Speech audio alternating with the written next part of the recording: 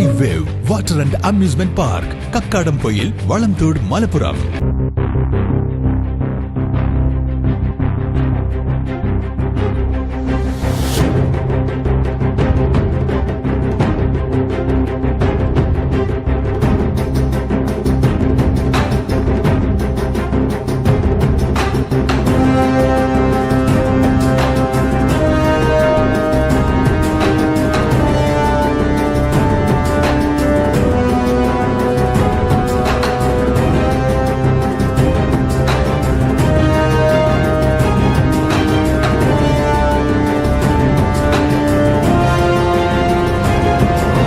ചാലിയാർ പഞ്ചായത്തിൽ കാട്ടാന ശല്യം രൂക്ഷം. മൈലാടി, മതിൽമൂല, ആലോടി ഭാഗങ്ങളിലാണ് കാട്ടാനകൾ രാത്രിയായാൽ വീട്ടുമുറ്റങ്ങളിലേക്ക് എത്തുന്നത്.